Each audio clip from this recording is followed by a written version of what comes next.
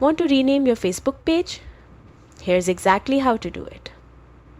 And don't forget to like and subscribe for more helpful tutorials. Start by opening your Facebook app. Tap your profile icon at the bottom right, or the three lines if you're on Android. At the top, tap the arrow next to your name to switch to the page you want to update. Once you're on the page, tap the menu again and scroll down to Settings and Privacy, then tap Settings. Now scroll down until you see Page Setup and tap on Name under that section. You'll see your current page name. Just tap View next to it.